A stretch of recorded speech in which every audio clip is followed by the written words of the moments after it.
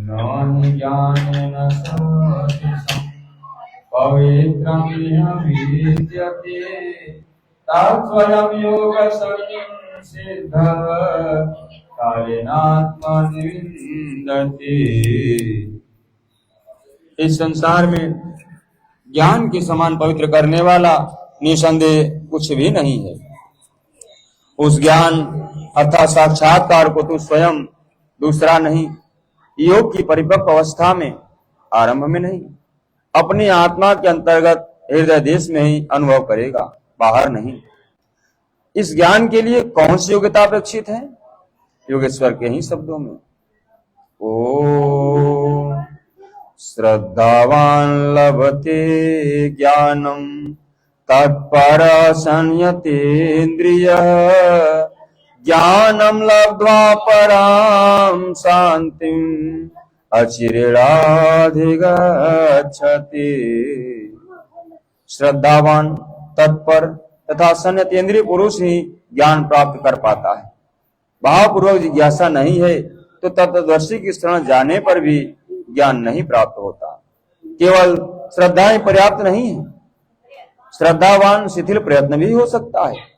अतः महापुरुष द्वारा निर्दिष्ट पथ पर तत्परता से अग्रसर होने की लगन आवश्यक है। इसके साथ ही संपूर्ण इंद्रियों का संयम अनिवार्य है। जो वासनाओं से विरत नहीं है उसके लिए साक्षात्कार अर्थात ज्ञान की प्राप्ति कठिन है। केवल श्रद्धावान आचरणरत संयतेन्द्रिय पुरुष से ज्ञान प्राप्त करता है। ज्ञान को प्राप्त कर वह तत्क्षण परम शांति को प्राप्त हो जाता है, जिसके पश्चात कुछ भी पाना शेष नहीं रहता। यही अंतिम शांति है। फिर वह कभी अशांत नहीं होता। और जहां श्रद्धा नहीं है, ओम अज्ञश्चा श्रद्धानश्च संशयात्मा विनाश्यते नायं लोकोऽस्ति न परो न सुखम संशयात्मनः। अज्ञानी जो यज्ञ की विधि विशेष से अनभिज्ञ है एवं श्रद्धा रहित तथा संशय युक्त पुरुष इस परमार्थ पथ से भ्रष्ट हो जाता है। उनमें भी संशय युक्त पुरुष के लिए न तो सुख है, न पुनः मनुष्य शरीर है और न परमात्मा है। अतः तत्वदर्शी महापुरुष के पास जाकर इस पथ के संशयों का निवारण कर लेना चाहिए, अन्यथा वे वस्तु का परिचय कभी नहीं पाएंगे। फिर पाता कौन है? ओ योग संन्यास्त कर्माणं ज्ञान सच्चिन्न संशयम् आत्मवन्तं न कर्माणि निबध्नन्ति धनंजय। जिसके कर्म योग द्वारा भगवान में समाहित हो चुके हैं, जिसका संपूर्ण संयम संपूर्ण संशय परमात्मा की प्रत्यक्ष जानकारी द्वारा नष्ट हो गया है, परमात्मा से संयुक्त ऐसे पुरुष को कर्म नहीं बांधते। योग के द्वारा ही कर्मों का समन होगा, ज्ञान से ही संशय नष्ट होगा। अतः श्री कृष्ण कहते हैं, ओम तस्माद् ज्ञान संभूतम् हृत्स्थं ज्ञानासिनात्मनः छेद्वैनं संशयं योगम् आतिष्ठोत्तिष्ठ भारत। इसलिए भरतवंशी अर्जुन, तू योग में स्थित हो और अज्ञान से उत्पन्न हुए हृदय में स्थित अपने संशय को ज्ञान रूपी तलवार से काट युद्ध के लिए खड़ा हो। जब साक्षात्कार में बाधक संशय रूपी शत्रु मन के भीतर है तो बाहर कोई किसी से क्यों लड़ेगा? वस्तुतः जब आप चिंतन पथ पर अग्रसर होते हैं तब संशय से उत्पन्न बाह्य प्रवृत्तियां बाधा के रूप में स्वाभाविक है। इस शत्रु के रूप में भयंकर आक्रमण करती हैं। संयम के साथ यज्ञ विधि विशेष का आचरण करते हुए इन विकारों का पार पाना ही युद्ध है, जिसका परिणाम परम शांति है। यही अंतिम विजय है, जिसके पीछे हार नहीं है। निष्कर्ष, इस अध्याय के आरंभ में योगेश्वर भगवान श्री कृष्ण ने कहा कि इस योग को आरंभ में मैंने सूर्य के प्रति कहा, सूर्य ने मनु से और मनु ने इक्ष्वाकु के प्रति कहा और उनसे राजर्षियों ने जाना। मैंने अथवा अव्यक्त स्थिति वाले ने कहा। महापुरुष भी अव्यक्त स्वरूप वाला ही है, शरीर तो उसके रहने का मकान मात्र है। ऐसे महापुरुष की वाणी में परमात्मा ही प्रवाहित होता है। ऐसे किसी महापुरुष से योग सूर्य द्वारा संचारित होता है। उस परम प्रकाश रूप का प्रसार सूर्य के अंतराल में होता है, इसलिए सूर्य के प्रति कहा। श्वास में संचारित होकर वे संस्कार रूप में आ गए। सूर्य में संचित रहने पर, समय आने पर वही मन में संकल्प बनकर आ जाता है। उसकी महत्ता समझने पर मन में उस बात के प्रति इच्छा जागृत होती है और योग कार्य रूप ले लेता है। क्रमशः उत्थान करते करते यह योग रिद्धियों सिद्धियों की राजसिक श्रेणी तक पहुंचने पर नष्ट होने की अवस्था में जा पहुंचता है। किंतु जो प्रिय भक्त है, अनन्य सखा है, उसे महापुरुष ही संभाल लेते हैं।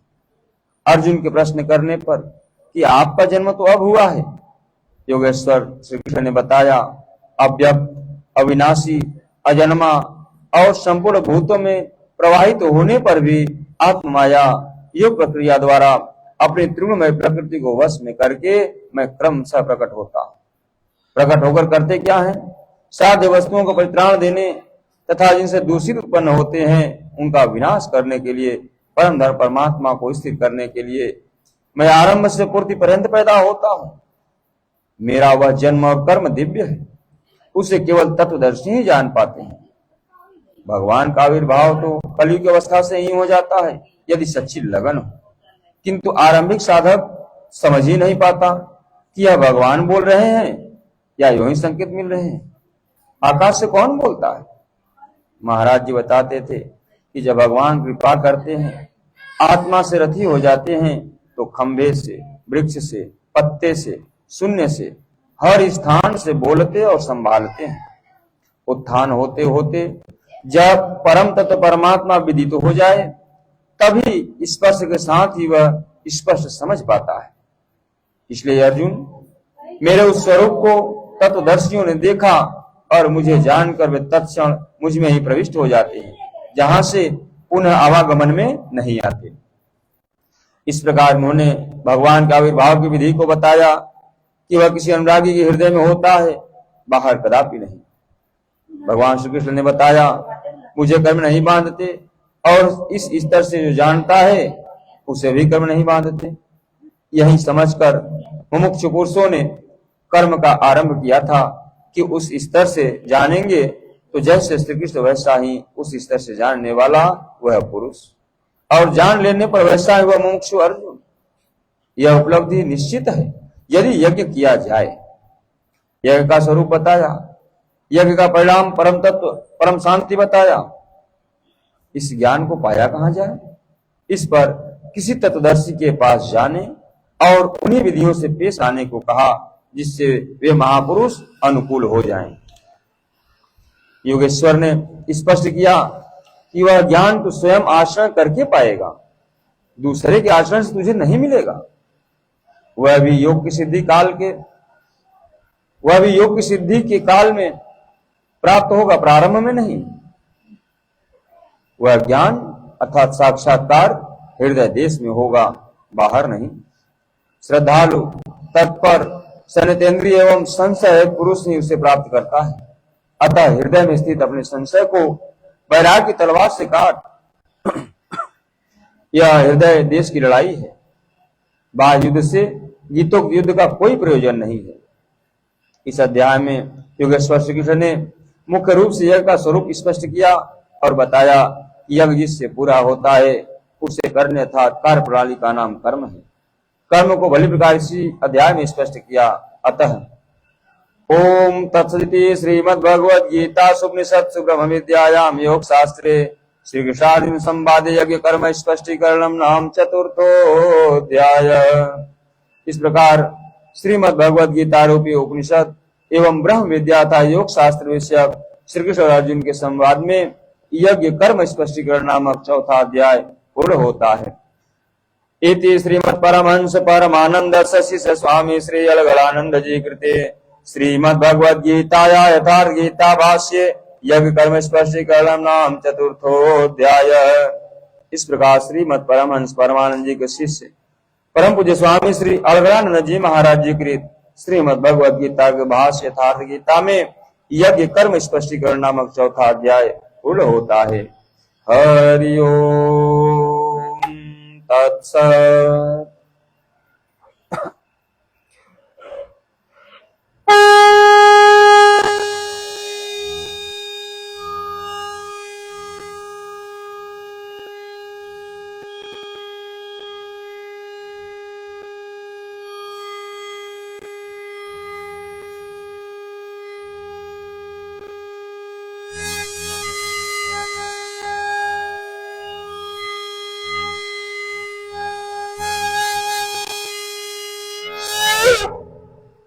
ओम श्री सद्गुरुदेव भगवान की जय।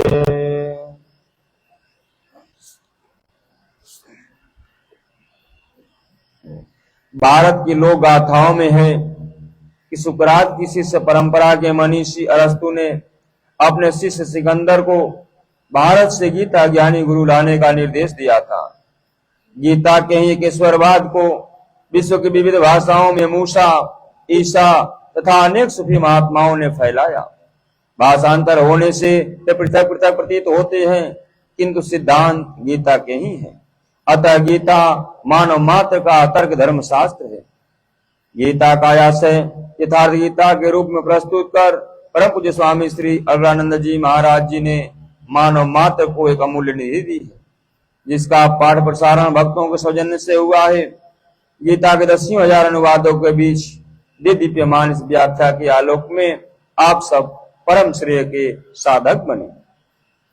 ओम श्री परमात्मने नमः। अथ पंचमोऽध्याय। अध्याय 3 में अर्जुन ने प्रश्न रखा कि भगवान, जब ज्ञान योग आपको श्रेष्ठ मान्य है तो आप मुझे भयंकर कर्मों में क्यों लगाते हैं?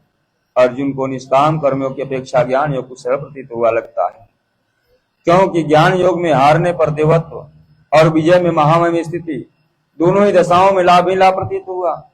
अब तक अर्जुन ने भली प्रकार समझ लिया है कि दोनों ही मार्गों में कर्म तो करना ही पड़ेगा। योगेश्वर उसे संशय रहित होकर तत्वदर्शी महापुरुष की शरण लेने के लिए भी प्रेरित करते हैं, क्योंकि समझने के लिए वही एक स्थान है। अतः दोनों मार्गों में से एक चुनने से पूर्व उसने निवेदन किया। अर्जुन उवाच संन्यासं कर्मणां कृष्ण पुनर्योगं च संससे यच्छयतयोरेकं तन्मे ब्रूहि सुनिश्चितम्। हे श्री कृष्ण, आप कभी संन्यास माध्यम से किए जाने वाले कर्म की और कभी निष्काम दृष्टि से किए जाने वाले कर्म की प्रशंसा करते हैं।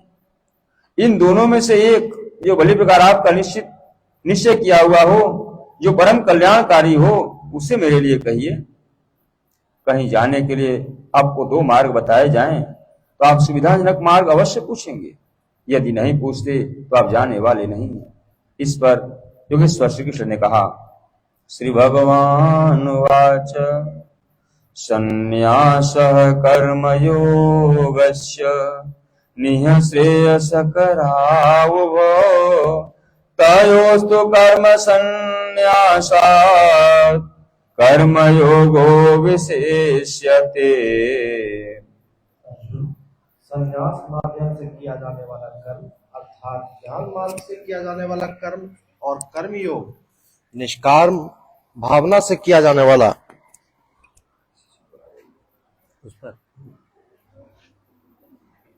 कर्म, ये दोनों ही परम श्रेय को दिलाने वाले हैं।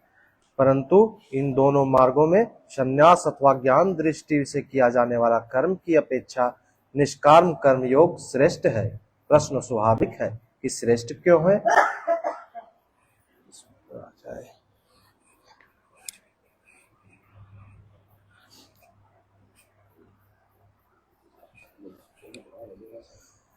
ज्ञेयं स नित्य सन्यासी यो न द्वेष्टि न कांक्षति निर्द्वंदो हि महाबाहो सुखम बंधात् प्रमुच्यते।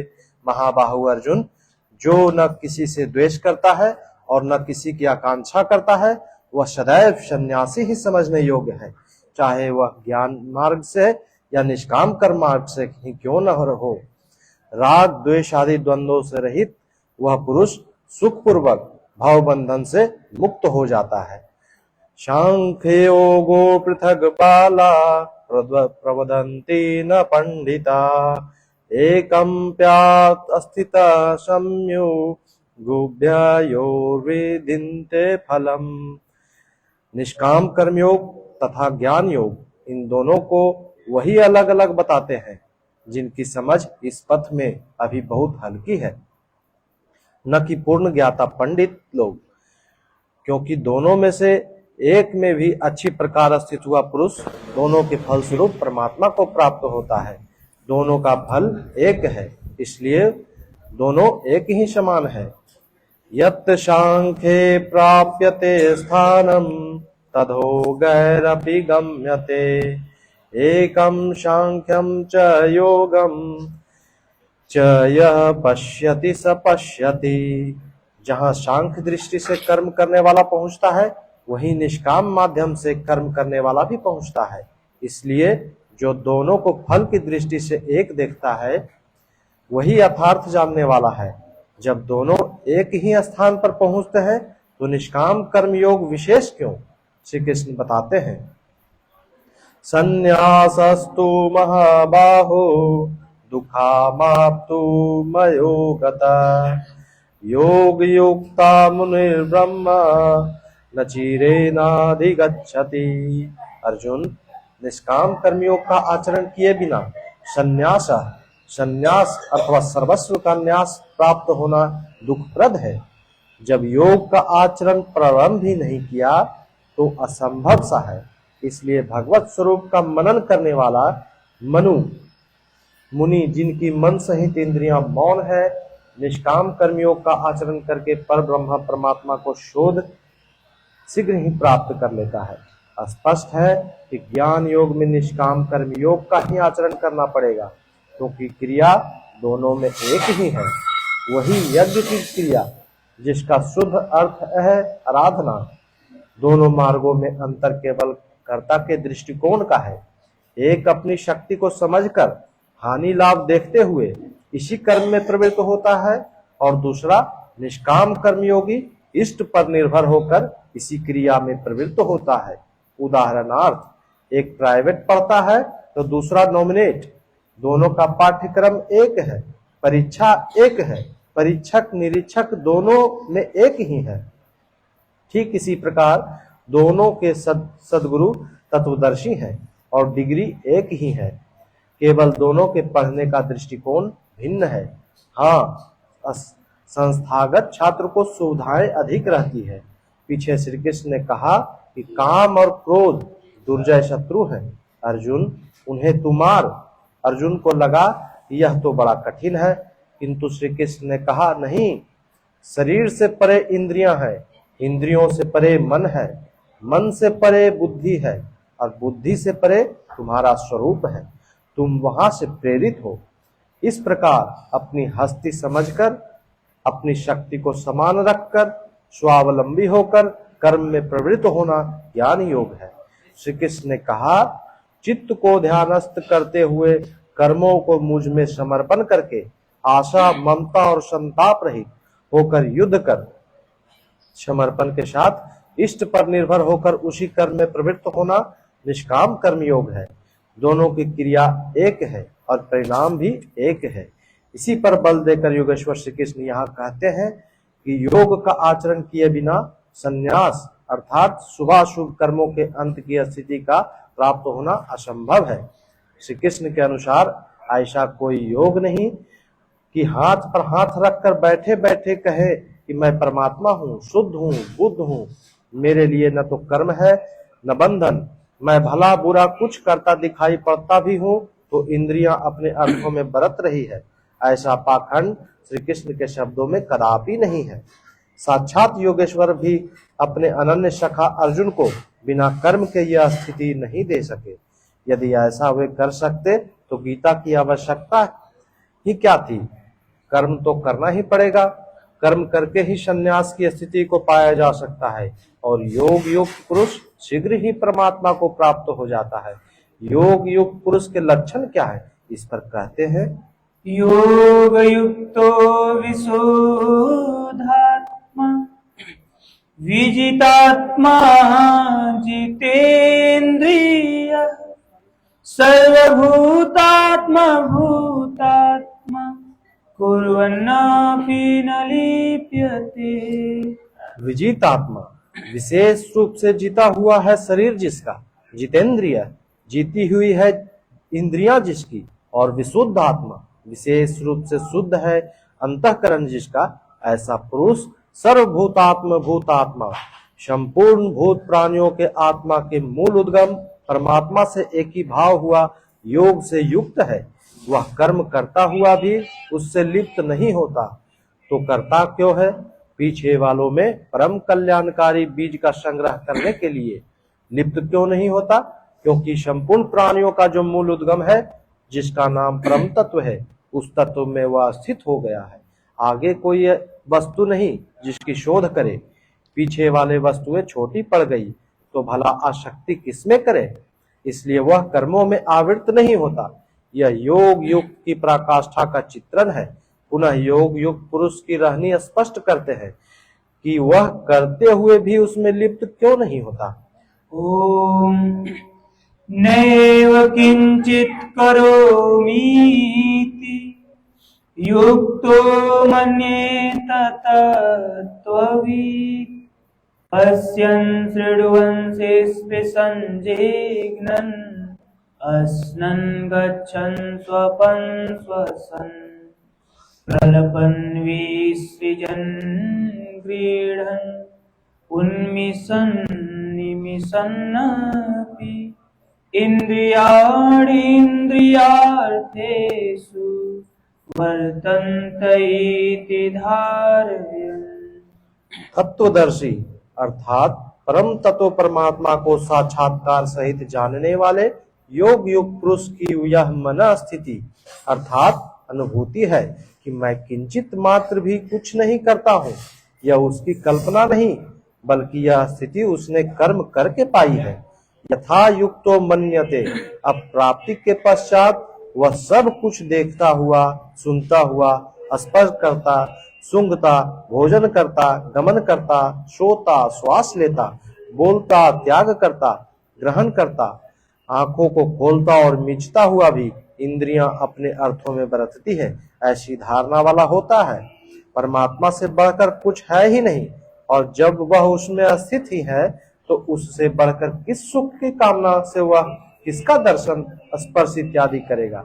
यदि कोई श्रेष्ठ वस्तु आगे होती तो आसक्ति अवश्य होती, किंतु प्राप्ति के बाद अब और आगे जाएगा कहाँ और पीछे त्यागेगा क्या? इसलिए योग युक्त पुरुष लिप्त नहीं होता। इसी को एक उदाहरण के माध्यम से प्रस्तुत करते हैं। ब्रह्मन्ध्याय कर्माणि संगं त्यक्त्वा करोति यः लिप्यते न स पापेन पद्मपत्रमिवाम्भसा। कमल कीचड़ में होता है, उसका पत्ता पानी के ऊपर तैरता है, लहरें रात दिन उसके ऊपर से गुजरती है, किंतु आप पत्ते को देखें, सूखा मिलेगा। जल की एक बूंद भी उस पर टिक नहीं पाती। कीचड़ और जल में रहते हुए भी वह उनसे लिप्त नहीं होता। ठीक इसी प्रकार जो पुरुष सब कर्मों को परमात्मा में विलय करके साक्षात्कार के साथ ही कर्मों का विलय होता है, इससे पूर्व नहीं, आसक्ति को त्याग करके अब आगे कोई वस्तु नहीं है, अतः आसक्ति नहीं रहती, इसलिए आसक्ति त्याग कर कर्म करता है, वह भी इसी प्रकार लिप्त नहीं होता। फिर भी वह करता क्यों है? आप लोगों के लिए, समाज के कल्याण साधन के लिए, पीछे वालों के मार्गदर्शन के लिए इसी पर बल देते हैं। कायेन मनसा बुद्ध्या केवलैरिन्द्रियैरपि योगिनः कर्म कुर्वन्ति संगं त्यक्त्वात्मशुद्धये। योगी जन केवल इंद्रियां, मन, बुद्धि और शरीर द्वारा भी आसक्ति का त्याग आत्म शुद्धि के लिए कर्म करते हैं।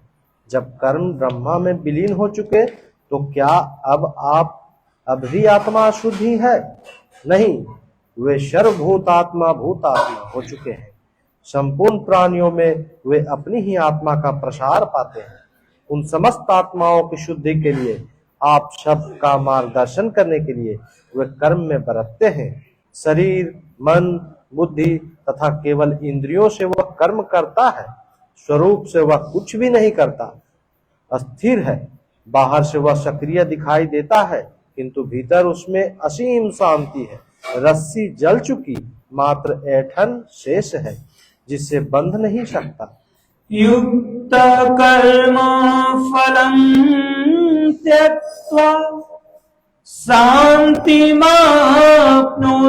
नैष्ठिकीम् अयुक्त काम कारेण फले सक्तो निबध्यते।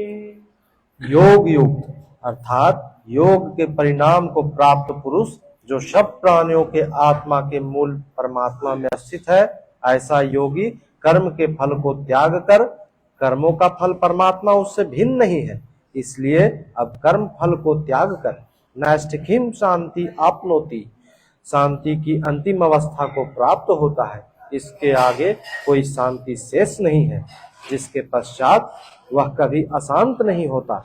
किंतु अव्यक्त अयुक्त पुरुष जो योग के परिणाम से युक्त नहीं है, अभी रास्ते में है, ऐसा पुरुष फल में आसक्त हुआ। फल है परमात्मा, उसमें उसका आसक्त होना आवश्यक है, इसलिए फल में आसक्त होने पर भी काम कार्य निबद्धते, कामना करके बंध जाता है, अर्थात पूर्ति पर्यंत कामनाएं जागृत होती है। अतः साधक को पूर्ति पर्यंत सावधान रहना चाहिए। महाराज जी कहा करें, हो तनिको हम अलग, भगवान अलग हैं तो माया कामयाब हो सकती है। कल ही प्राप्ति होनी हो, किंतु आज तो वह अज्ञानी ही है। अतः पूर्ति पर्यंत साधक को असावधान नहीं होना चाहिए। इसी पर आगे देखें। सर्वकर्माणि मानसा सन्न्यस्याद्यास्ते सुखं वसी नवद्वारे पुरे देहि नैव कुर्वन्न कार्यम्। जो संपूर्ण रूप से स्ववश है, जो शरीर, मन, बुद्धि और प्रकृति से परे स्वयं में स्थित है, ऐसा वशी पुरुष निसंदेह न कुछ करता है न कराता है। पीछे वालों से कराना उसकी आंतरिक शांति का स्पर्श नहीं कर पाता। ऐसा स्वरूपस्थ पुरुष शब्दादिक विषयों को उपलब्ध कराने वाले 9 द्वारों, 2 कान, 2 नेत्र, 2 नासिका छिद्र, 1 मुख, उपस्थ एवं पायु वाले शरीर रूपी घर में सब कर्मों को मन से त्याग कर स्वरूपानंद में ही स्थित रहता है। यथार्थता वह न कुछ करता है और न कराता है। इसी को पुनः श्री कृष्ण दूसरे शब्द में कहते हैं कि वह प्रभु न करता है न कराता है। सद्गुरु, भगवान, प्रभु, स्वरूपस्थ महापुरुष, युक्त इत्यादि एक दूसरे के पर्याय हैं। अलग से कोई भगवान कुछ करने नहीं आता। वह जब करता है तो इन्हीं स्वरूपस्थ इष्ट के माध्यम से कराता है। महापुरुष के लिए शरीर एक मकान मात्र है। अतः परमात्मा का करना और महापुरुष का करना एक ही बात है, क्योंकि वह उनके द्वारा है।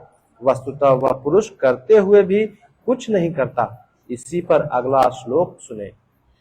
न कर्तृत्वं न कर्माणि लोकस्य सृजति प्रभु न कर्म फल संयोगं स्वभावस्तु प्रवर्तते।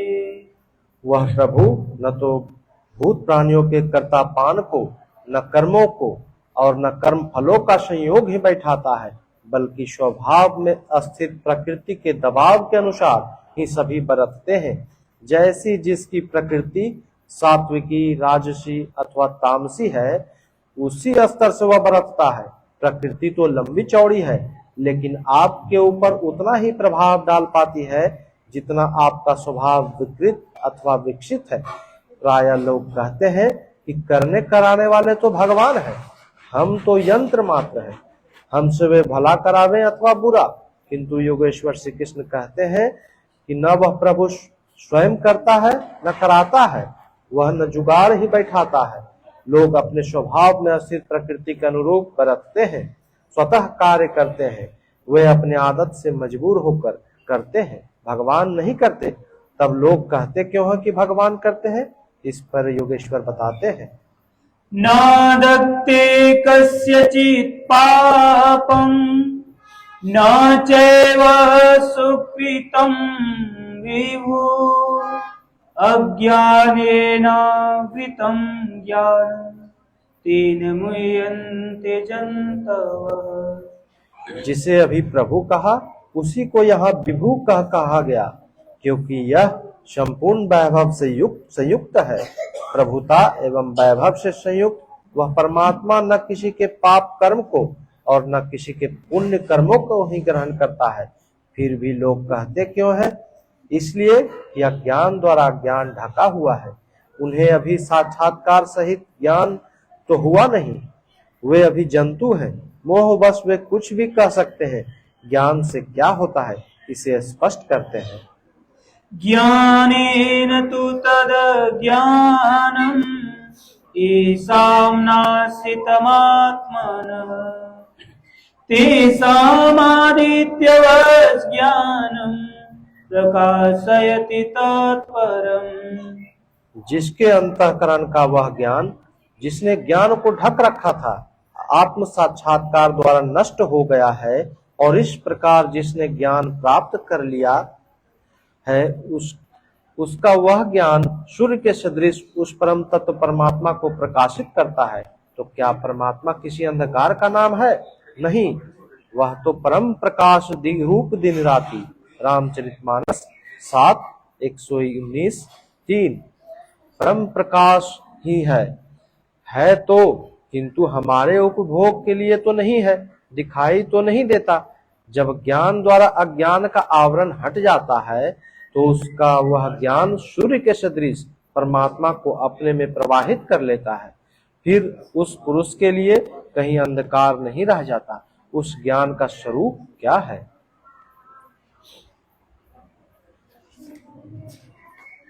तद्बोधयस्तदात्मा स्थानि निष्ठास्परायणा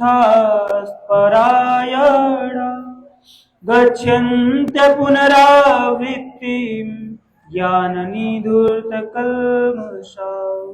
जब उस परम तत्व परमात्मा के अनुरूप बुद्धि हो, तत्व के अनुरूप प्रवाहित मन हो, परम तत्व परमात्मा में एक ही भाव से उसकी रहनी हो और उसी के परायण हो, इसी का नाम ज्ञान है। वाद विवाद का नाम ज्ञान नहीं है। इस ज्ञान द्वारा पाप रहित हुआ पुरुष पुनरागमन रहित परम गति को प्राप्त होता है। परम गति को प्राप्त पूर्ण जानकारी से युक्त पुरुष ही पंडित कहलाते हैं। आगे सुने। विद्या विनय संपन्ने ब्राह्मणे कविहस्तिनि सुनी चैव स्वपाके च पंडिताः समदर्शिनः। ज्ञान के द्वारा जिनका पाप समन हो चुका है, जो अपुनरावृत्ति परम गति को प्राप्त है, ऐसे ज्ञानी जन विद्या विनय युक्त ब्राह्मण तथा चंडाल में, गाय और कुत्ते में तथा हाथी में समान दृष्टि वाले होते हैं। उनकी दृष्टि में विद्या विनय युक्त ब्राह्मण न तो कोई विशेषता रखता है और न चंडाल कोई हीनता रखता है। न गाय धर्म है, न कुत्ता अधर्म और न हाथी विशालता ही रखता है। ऐसे पंडित ज्ञाताजन समदर्शी और समवर्ती होते हैं। उनकी दृष्टि चमड़ी पर नहीं रहती बल्कि आत्मा पर पड़ती है। अंतर केवल इतना है, विद्या विनय संपन्न स्वरूप के समीप है और शेष कुछ पीछे है। कोई एक मंजिल आगे है तो कोई पिछले पड़ाव पर। शरीर तो वस्त्र है, उनकी दृष्टि वस्त्र को महत्व नहीं देती, अपितु उनके हृदय में स्थित आत्मा पर पड़ती है, इसलिए वे कोई भेद नहीं रखते। श्री कृष्ण ने पर्याप्त गौ सेवा की थी। उन्हें गाय के प्रति गौरवपूर्ण शब्द कहना चाहिए था, किंतु उन्होंने ऐसा कुछ भी नहीं कहा। श्री कृष्ण ने गाय को धर्म में कोई स्थान नहीं दिया। उन्होंने केवल इतना माना कि अन्य जीवात्माओं से की तरह उनमें भी आत्मा है। गाय का आर्थिक महत्व जो भी हो, उसका धार्मिक वैशिष्ट प्रवृत्ति लोगों की देन है। श्री कृष्ण ने पीछे बताया कि अविवेकियों की बुद्धि अनंत शाखाओं वाली होती है, इसलिए वे अनंत क्रियाओं का विस्तार कर लेते हैं। दिखावटी शोभायुक्त वाणी में उसे व्यक्त भी करते हैं। उनकी वाणी की छाप जिनके चित्त पर पड़ती है, उनकी भी बुद्धि नष्ट हो जाती है। वे कुछ पाते नहीं, नष्ट हो जाते हैं। जबकि निष्काम कर्मयोग में अर्जुन निर्धारित क्रिया एक ही है। यज्ञ की प्रक्रिया, आराधना, गाय, कुत्ता, हाथी, पीपल, नदी का धार्मिक महत्व इन अनंत शाखाओं वाले की देन है। यदि इनका कोई धार्मिक महत्व होता तो श्री कृष्ण अवश्य कहते, हाँ, मंदिर, मस्जिद इत्यादि पूजा के स्थल आरंभिक काल में अवश्य है। वहां प्रेरणादायक सामूहिक उपदेश है तो उनकी उपयोगिता अवश्य है। वे धर्मोपदेश केंद्र है। प्रस्तुत श्लोक में दो पंडितों की चर्चा है। एक पंडित तो वह है जो पूर्ण ज्ञाता है और दूसरा वह है जो विद्या विनय संपन्न है। वे दो कैसे हैं? वस्तुतः प्रत्येक श्रेणी की दो सीमाएं होती है। एक तो अधिकतम सीमा प्रकाष्ठा और दूसरी प्रवेशिका अथवा निम्नतम सीमा। उदाहरण के लिए भक्ति की निम्नतम सीमा वह है जहां से भक्ति आरंभ की जाती है। विवेक, वैराग्य और लगन के साथ जब आराधना करते हैं, और अधिकतम सीमा वह है जहां भक्ति अपना परिणाम देने की स्थिति में होती है। ठीक इसी प्रकार ब्राह्मण श्रेणी है। जब ब्रह्मा में प्रवेश दिलाने वाली क्षमताएं आती है, उस समय विद्या होती है, विनय होता है, मन का शमन, इंद्रियों का दमन, ये अनुभवी सूत्रपात्र का संचार, धारावाहिक चिंतन, ध्यान और समाधि इत्यादि ब्रह्मा में प्रवेश दिलाने वाली सारी योग्यताएं उसके अंतराल में स्वाभाविक कार्यरत रहती है। यह ब्राह्मणत्व की निम्नतम सीमा है। उच्चतम सीमा तब आती है जब क्रमशः उन्नत होते होते वह ब्रह्मा का दिग्दर्शन करके उसमें विलय पा जाता है। जिसे जानना था जान लिया, वह पूर्ण ज्ञाता है। अपुनरावृत्ति वाला ऐसा महापुरुष उस विद्या विनय संपन्न ब्राह्मण, चंडाल, कुत्ता, हाथी और गाय सब पर समान दृष्टि वाला होता है, क्योंकि उसकी दृष्टि हृदय स्थित आत्म स्वरूप पर पड़ती है। ऐसे महापुरुष को परम गति में क्या मिला और कैसे, इस पर प्रकाश डालते हुए योगेश्वर श्री कृष्ण बताते हैं। इहैव तेर्जितः सर्वो ईशां साम्ये स्थितं मनः निर्दोषं हि समं ब्रह्म तस्माद् ब्रह्मणि ते स्थिता। उन पुरुषों द्वारा जीवित अवस्था में ही संपूर्ण संसार जीत लिया गया, जिनका मन समत्व में स्थित है। मन के समत्व का संसार जीतने से क्या संबंध? संसार मिट ही गया तो वह पुरुष रहा कहाँ? श्री कृष्ण कहते हैं, निर्दोषं ही समं ब्रह्म। वह ब्रह्मा निर्दोष और सम है।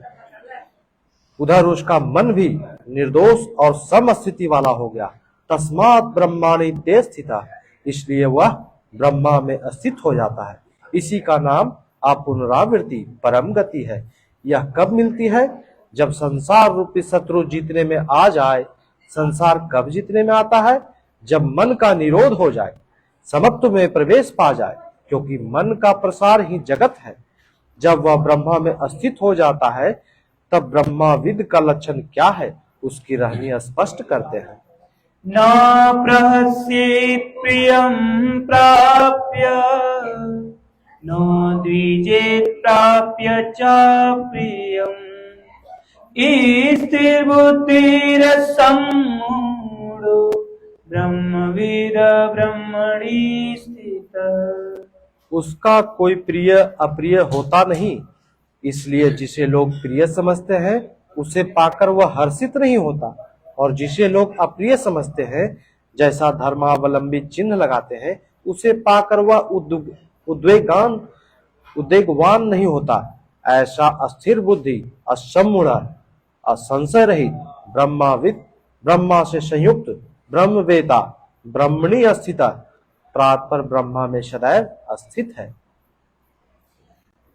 बाह्यस्पर्शे स्वसत्तात्मा विन्द्यात्मनि यत् सुखम् स ब्रह्मयोगयुक्तात्मा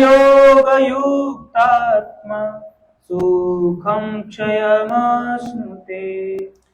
बाहर संसार के विषय भोगों में अनासक्त पुरुष अंतरात्मा में स्थित जो सुख है, उस सुख को प्राप्त होता है। वह पुरुष ब्रह्म योग युक्तात्मा, पर ब्रह्मा परमात्मा के साथ मिलन से युक्त आत्मा वाला है, इसलिए अक्षय आनंद का अनुभव करता है, जिस आनंद का कभी क्षय नहीं होता। इस आनंद का उपभोग कौन कर सकता है? जो बाहर के विषय भोगों में अनासक्त है, तो क्या भोग बाधक है? भगवान श्री कृष्ण कहते हैं, एहि संस्पर्शजा भोगा दुःखयोनयैवते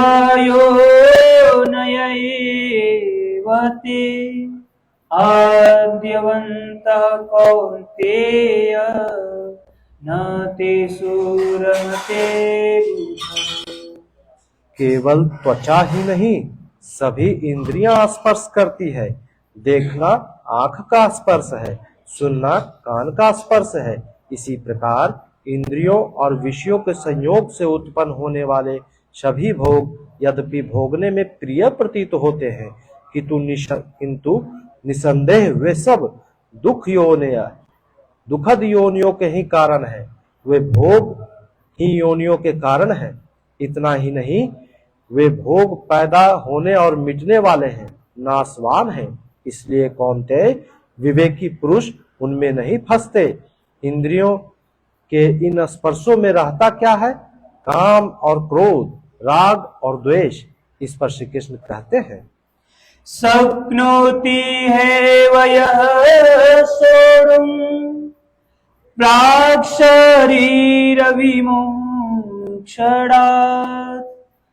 कामक्रोधोद्भवं वेगम् स युक्तः स सुखी नरः। इसलिए जो मनुष्य शरीर के नाश होने से पहले ही काम और क्रोध से उत्पन्न हुए वेग को सहन करने में, मिटा देने में सक्षम है, वह नर रमन करने वाला है। वही इस लोक में योग से युक्त है, और वही सुखी है, जिसके पीछे दुख नहीं है। उस सुख में अर्थात परमात्मा में स्थिति वाला है। जीते जी ही इसकी प्राप्ति का विधान है, मरने पर नहीं।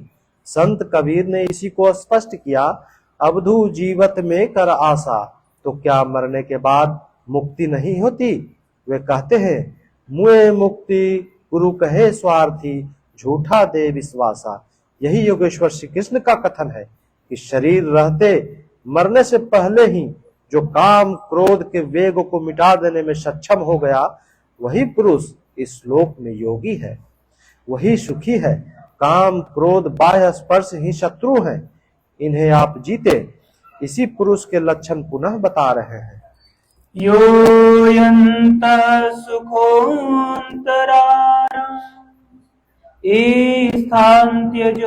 स्थान्त्यज्योतिरेव यः स योगी ब्रह्मनिर्वाणो ब्रह्मभूतोऽधिगच्छति। जो अंतरात्मा में ही सुख वाला, अंतरात्मा में ही आराम वाला, तथा जो अंतरात्मा में ही प्रकाश वाला, साक्षात्कार वाला है, वही योगी ब्रह्माभूत, ब्रह्मा के साथ एक होकर ब्रह्मा निर्वाणम, वाणी से परे ब्रह्मा शाश्वत ब्रह्मा को प्राप्त होता है। अर्थात पहले विकारों काम क्रोध का अंत, फिर दर्शन, फिर प्रवेश। आगे सुने।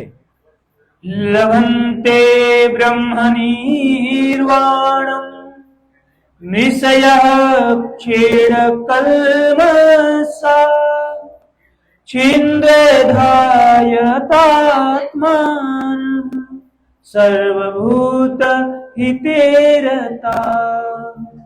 परमात्मा का साक्षात करके जिनका पाप नष्ट हो गया है, जिनकी दुविधाएं नष्ट हो गई है, संपूर्ण प्राणियों के हित में जो लगे हुए हैं, प्राप्ति वाले ही ऐसा कर सकते हैं।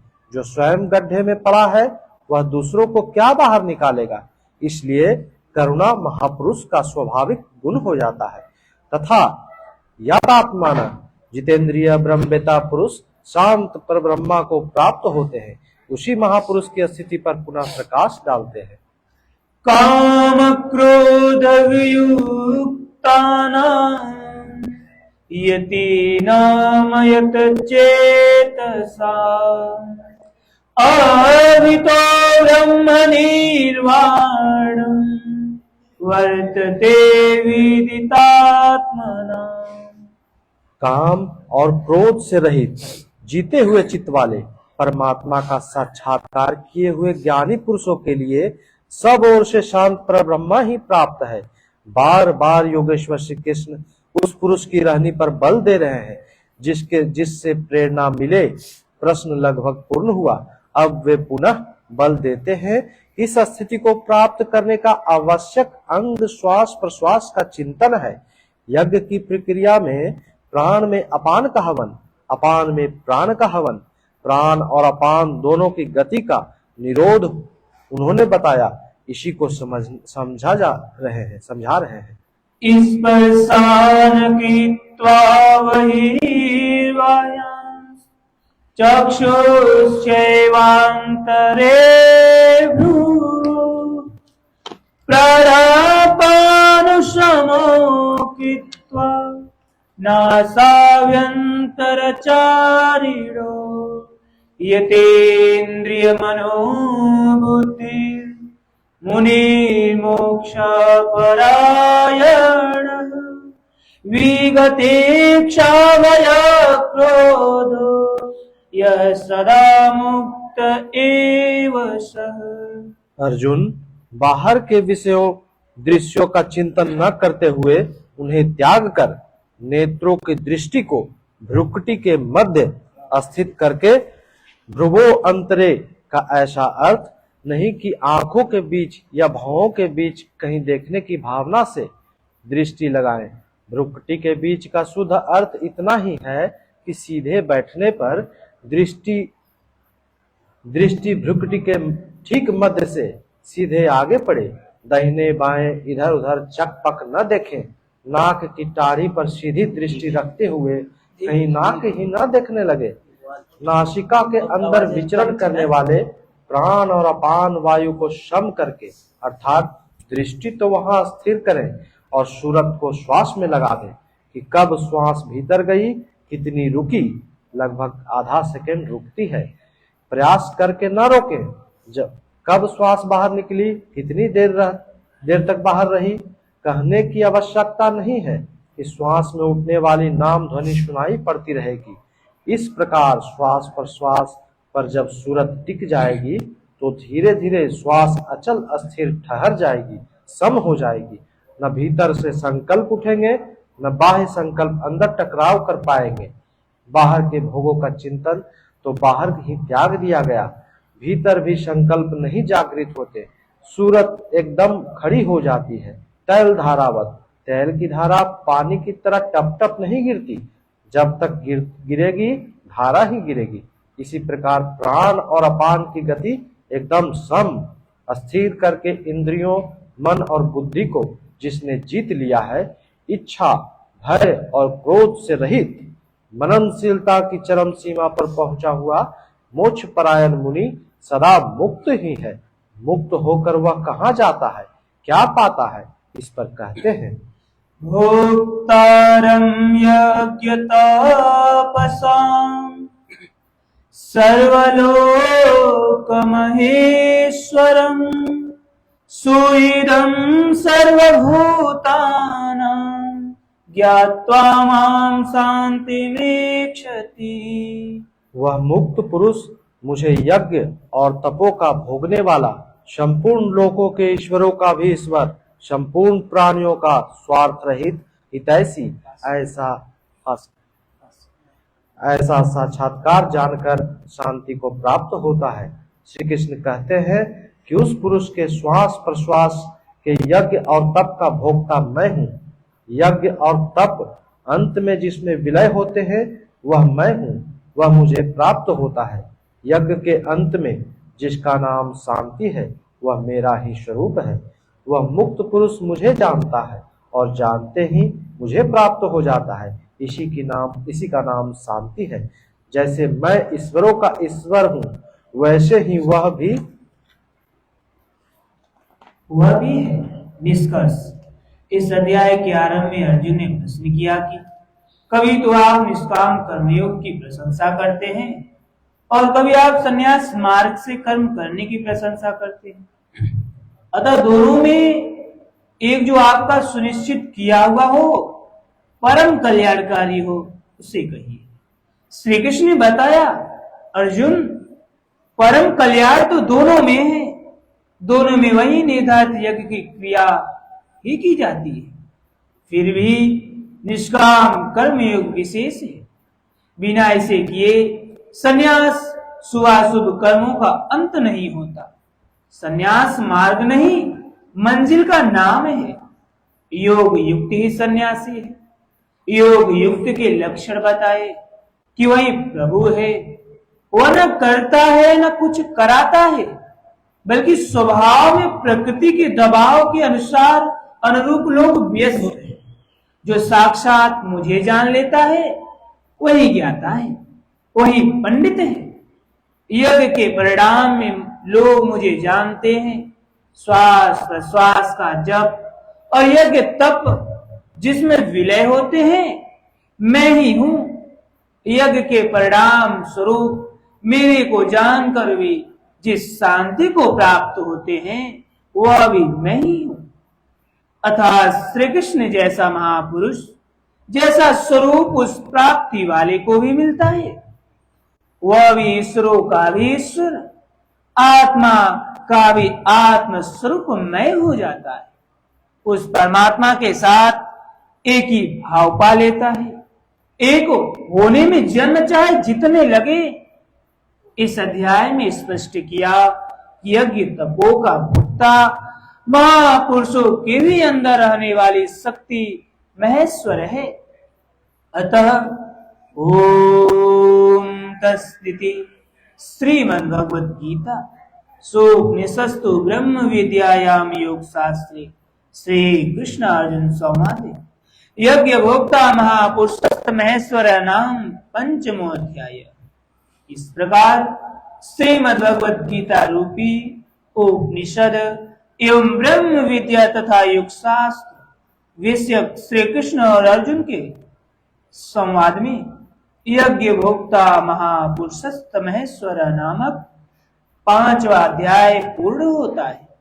इति श्रीमद् परमहंस परमानंदस्य शिष्य स्वामी श्री अड़गड़ानंद जी कृते श्रीमद्भगवद गीता या यथार्थ गीता भाष्य यज्ञ भोक्ता महापुरुषस्थ महेश्वर नामक पंचमोध्याय। इस प्रकार श्रीमद् परमहंस परमानंद जी के शिष्य स्वामी श्री अड़गड़ानंद जी कृत श्रीमद् भगवद गीता के भाष्य यथार्थ गीता में यज्ञ भोक्ता महापुरुषस्थ महेश्वर नामक 5वां अध्याय पूर्ण होता है। हरि ओम तत्सत।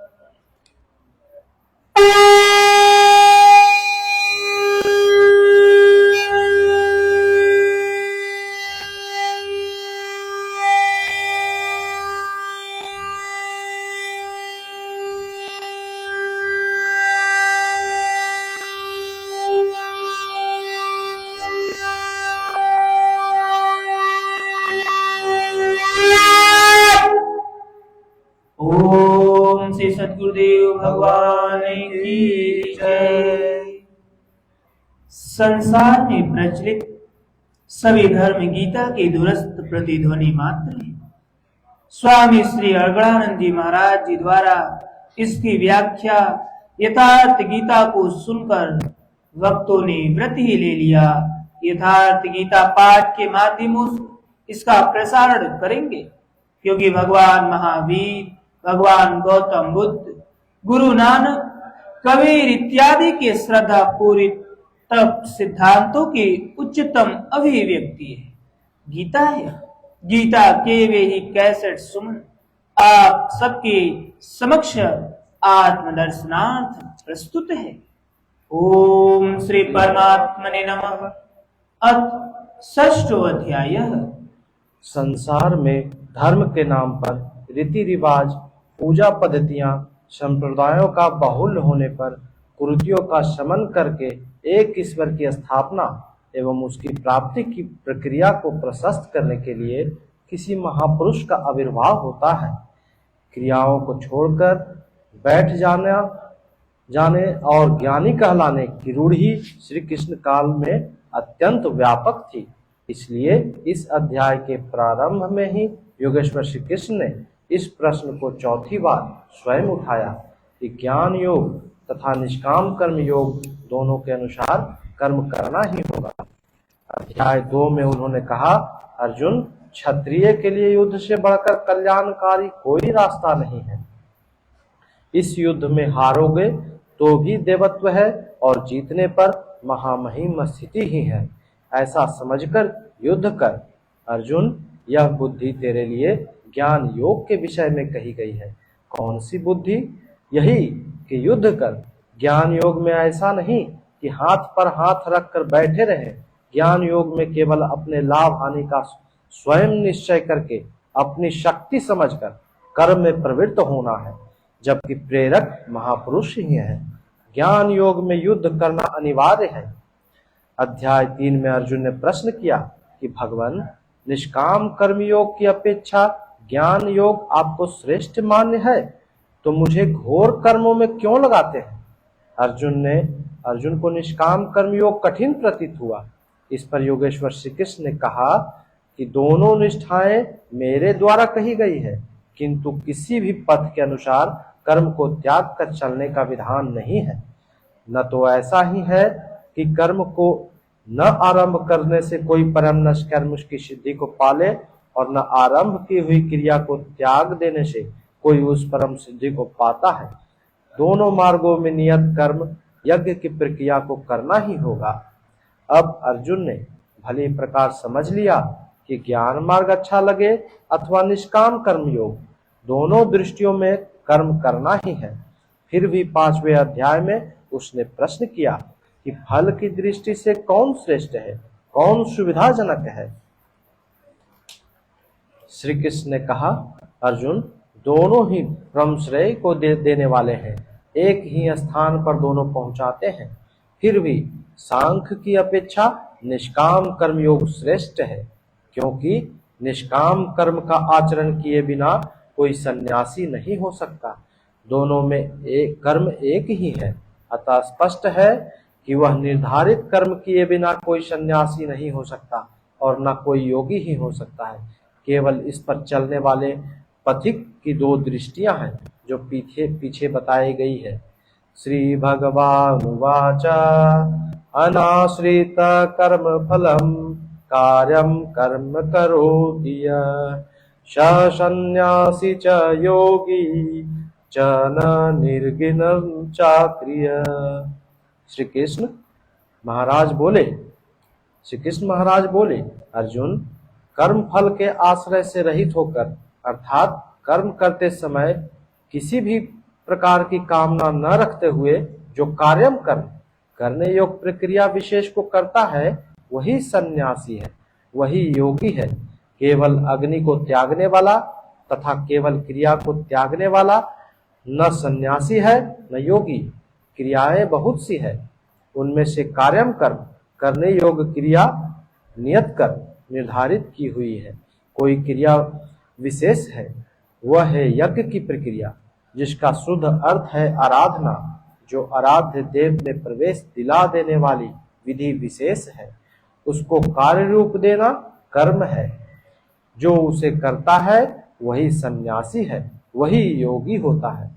केवल अग्नि को त्यागने वाला कि हम अग्नि नहीं छूते, या कर्म त्यागने वाला कि मेरे लिए कर्म है ही नहीं, मैं तो आत्मज्ञानी हूँ, केवल ऐसा कहे और कर्म आरंभ ही न करे, करने योग क्रिया विशेष न करे, तो वह न सन्यासी है न योगी। इस पर आगे देखें। यम सन्यासिमिति प्राहुर् योगम तम विद्धि पांडव, न हासन्यसस्त संकल्पो योगी भवति कश्चन। अर्जुन, जिसे सन्यास ऐसा कहते हैं उसी को तू योग जान, क्योंकि संकल्पों का त्याग किए बिना कोई भी पुरुष न योगी होता है और न ही सन्यासी होता है। अर्थात कामनाओं का त्याग दोनों ही मार्गियों के लिए आवश्यक है।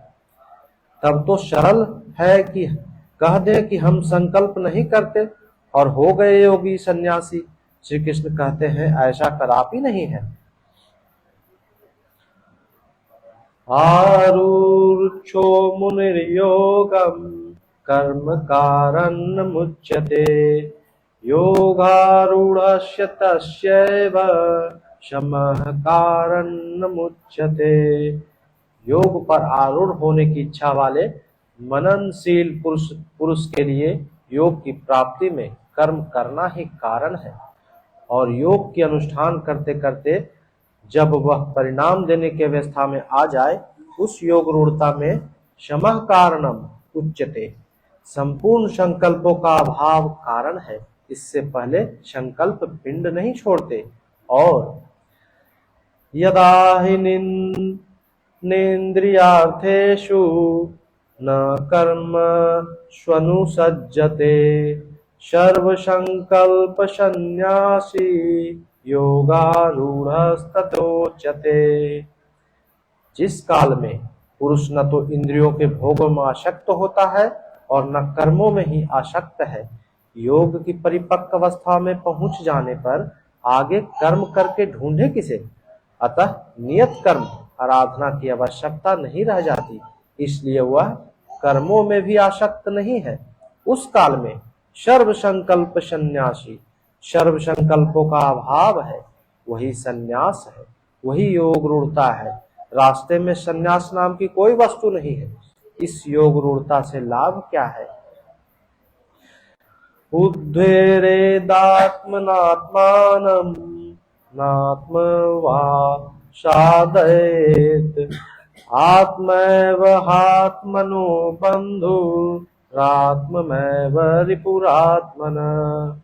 अर्जुन, मनुष्य को चाहिए कि वे अपने द्वारा अपना उद्धार करे, अपने आत्मा को अधोगति में न पहुंचावे, क्योंकि वह जीवात्मा स्वयं ही अपना मित्र और यही अपना शत्रु भी है।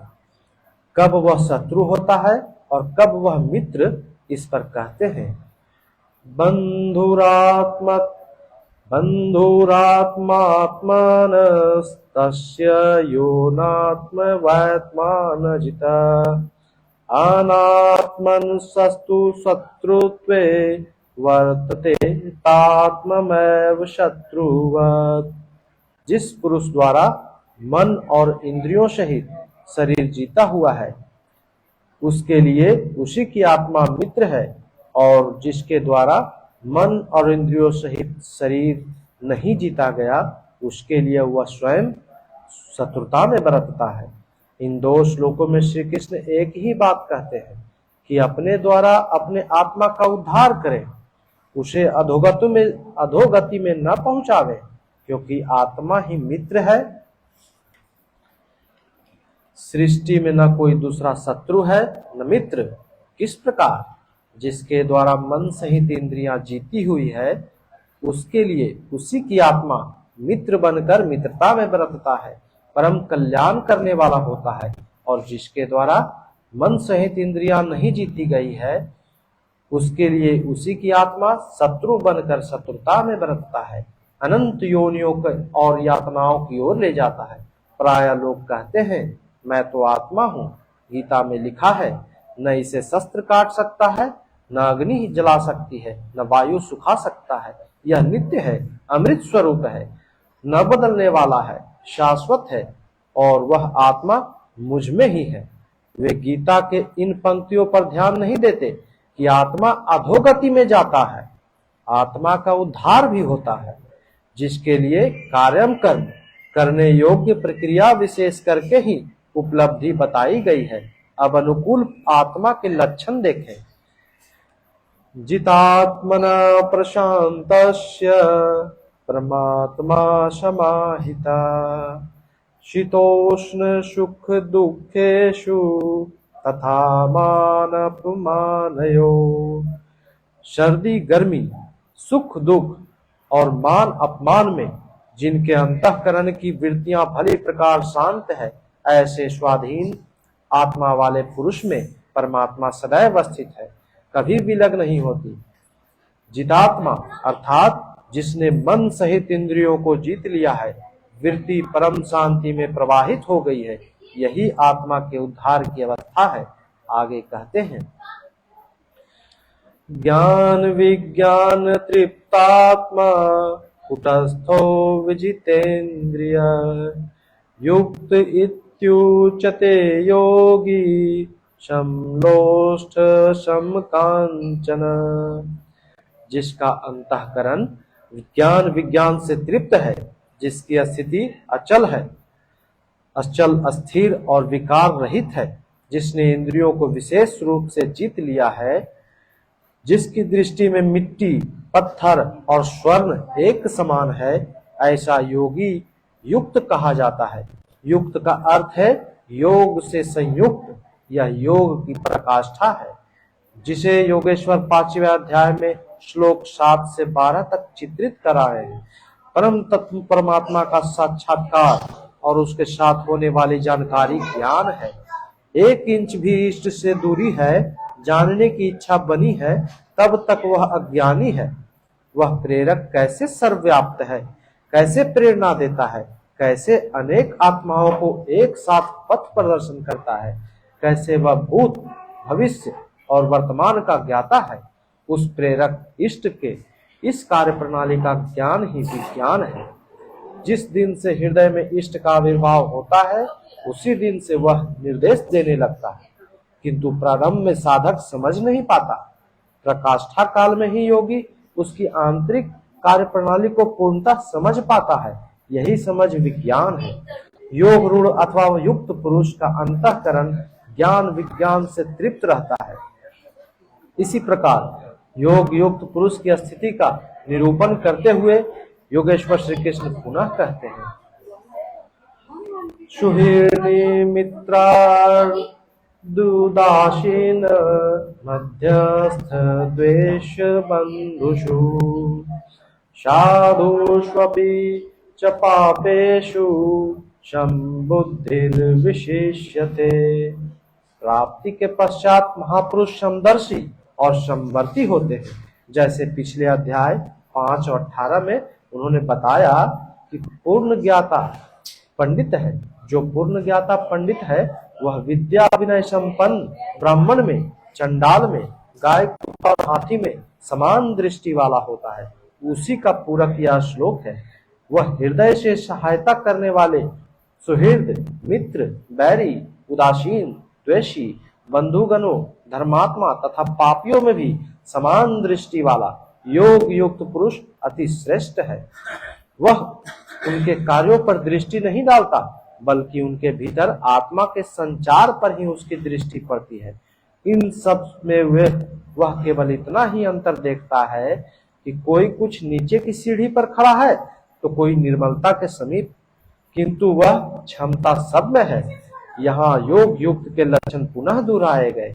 कोई योग युक्त कैसे बनता है, वह कैसे यज्ञ करता है, यज्ञ स्थली कैसी हो, आसन कैसा हो, उस समय कैसे बैठा जाए, कर्ता के द्वारा पालन किए जाने वाले नियम, आहार विहार, सोने जागने का संयम तथा कर्म पर कैसी चेष्टा हो, इत्यादि बिंदुओं पर योगेश्वर श्री कृष्ण ने अगले 5 श्लोकों में प्रकाश डाला है, जिससे आप भी उस यज्ञ को संपन्न कर सके।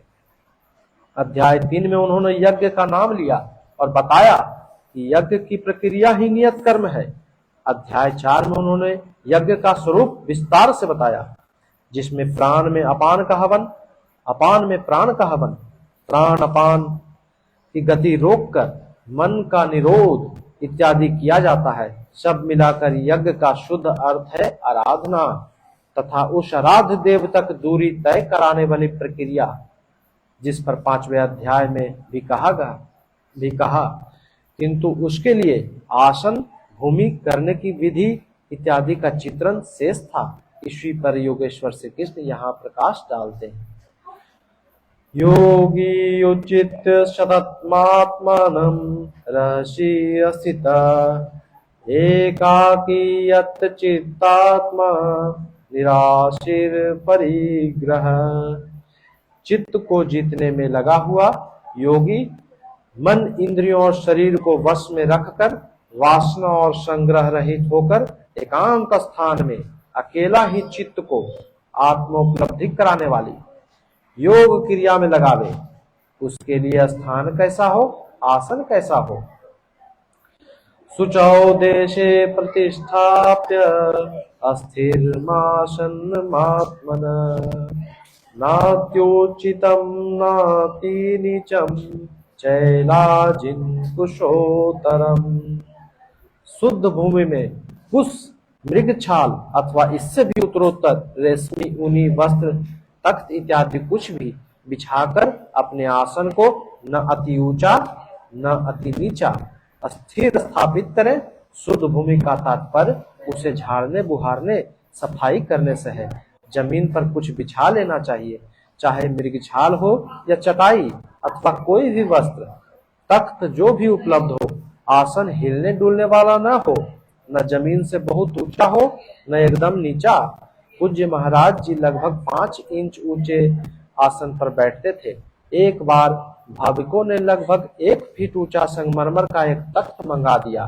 महाराज जी एक दिन तो बैठे, फिर बोले, नहीं हो, ऊंचा, बहुत ऊंचा हो गया, ऊंचा नहीं बैठे के चाहिए, साधु को अभिमान हो जावा करत है। नीचहू न बैठे के चाहिए, हीनता आवत है, अपने से घृणा आवत है। बस उसको उठवाया और जंगल में एक बगीचा था, वहीं रखवा दिया। वहां न कभी महाराज जाते थे और न अब कोई जाता है। यह था उन महापुरुषों की क्रियात्मक शिक्षण। इसी प्रकार साधक के लिए भी बहुत ऊंचा आसन नहीं होना चाहिए, नहीं तो भजन पूर्ति बाद में होगी, अहंकार पहले चढ़ बैठेगा। इसके पश्चात तत्र एकाग्रम मनः कृत्वा यत् चित्तेन्द्रिय क्रिया उपविश्यासने युज्याधो गमात्म विशुद्धये। उस आसन पर बैठकर ही ध्यान करने का विधान है।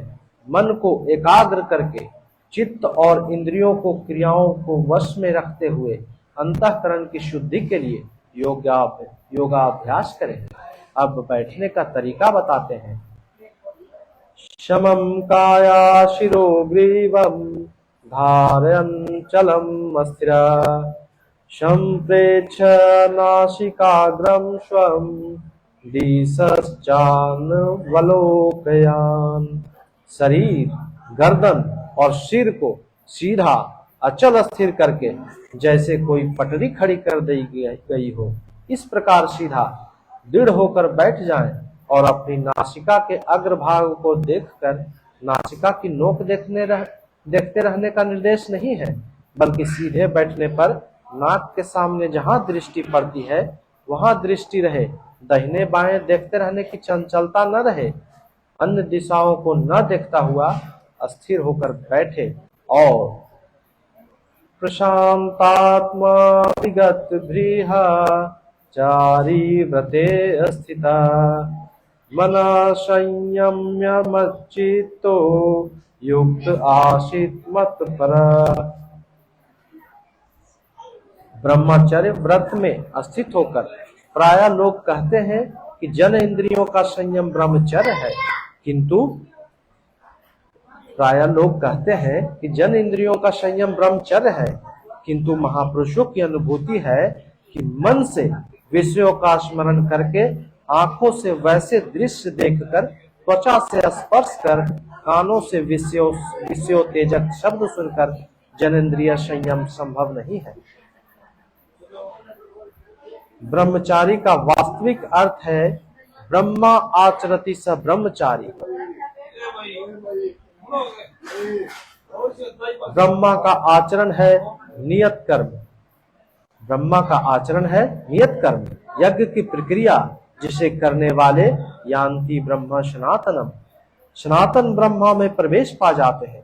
इसे करते समय स्पर्शन कृत्वा बहिर्बहाना, बाहर के स्पर्श, मन और सभी इंद्रियों के स्पर्श बाहरी त्याग कर चित्त को ब्रह्मा चिंतन में, श्वास प्रश्वास में, ध्यान में लगाना है। मन ब्रह्मा में लगा है तो बाह्य स्मरण कौन करे? यदि बाह्य स्मरण होता है तो अभी मन लगा कहाँ? विकार शरीर में नहीं, मन की तरंगों में रहते हैं। मन ब्रह्माचरण में लगा है तो जनेंद्रिय संयम ही नहीं, सकल इंद्रिय संयम तक स्वाभाविक हो जाता है। अतः ब्रह्मा के आचरण में स्थिर रहकर भय रहित और अच्छी प्रकार शांत अंतःकरण वाला मन को संयत रखते हुए मुझ में लगे हुए चित्त से युक्त मेरे परायण होकर स्थित हो। ऐसा करने का परिणाम क्या होगा? युज्यनेवं सदात्मानं योगी नियतमानसा शांति निर्वाण परमाम मत संस्थामधिगच्छति। इस प्रकार अपने आप को निरंतर उसी चिंतन में लगाता हुआ संयत मन वाला योगी मेरे में स्थिर रूपी प्रकाष्ठा वाली शांति को प्राप्त होता है। इसलिए अपने को निरंतर कर्म में लगाएं। यहाँ यह प्रश्न पूर्ण प्राय है। अगले 2 श्लोक में वे बताते हैं कि परमानंद वाली शांति के लिए शारीरिक संयम युक्ता विहार भी आवश्यक है। नात्रिशन्तस्यो योगस्ति न चैकान्तमंशनता न चाति स्वप्नशीलस्य जाग्रतो नैव चार्जुन। अर्जुन, यह योग न तो बहुत खाने वाले का सिद्ध होता है और न बिल्कुल न खाने वाले का सिद्ध होता है, न अत्यंत सोने वाले का और न अत्यंत जागने वाले का ही सिद्ध होता है। तब किसका सिद्ध होता है? युक्ताहार विहारस्य युक्त चेष्टस्य कर्मसु युक्त स्वप्नावबोधस्य योगो भवति दुःखः। दुखों का नाश करने वाला यह योग उचित आहार विहार, कर्मों में उपयुक्त चेष्टा और संतुलित शयन जागरण करने वाला का ही पूर्ण होता है। अधिक भोजन करने से आलस्य, निद्रा और प्रमाद घेरेंगे, तब साधना नहीं होगी। भजन छोड़ देने से इंद्रियां छीन हो जाएगी, अचल अस्थिर बैठने की क्षमता नहीं रहेगी। पूज्य महाराज जी कहते थे कि खुराक से 1.5-2 रोटी कम खाना चाहिए। विहार अर्थात साधन के अनुकूल विचरण, कुछ परिश्रम भी करते रहना चाहिए। कोई कार्य ढूंढ लेना चाहिए, अन्यथा रक्त संचार शिथिल पड़ जाएगा, रोग घेर लेंगे। आयु, सोना और जागना आहार और अभ्यास से घटता बढ़ता है। महाराज जी कहा करते थे, योगी को 4 घंटे सोना चाहिए और अनवरत चिंतन में लगे रहना चाहिए। हठ करके न सोने वाले शीघ्र पागल हो जाते हैं। कर्मों में उपयुक्त चेष्टा भी हो, अर्थात नियत कर्म आराधना के अनुरूप निरंतर प्रयत्नशील हो। बाह्य विषय का स्मरण न कर सदैव उसी में लगे रहने का ही योग सिद्ध होता है।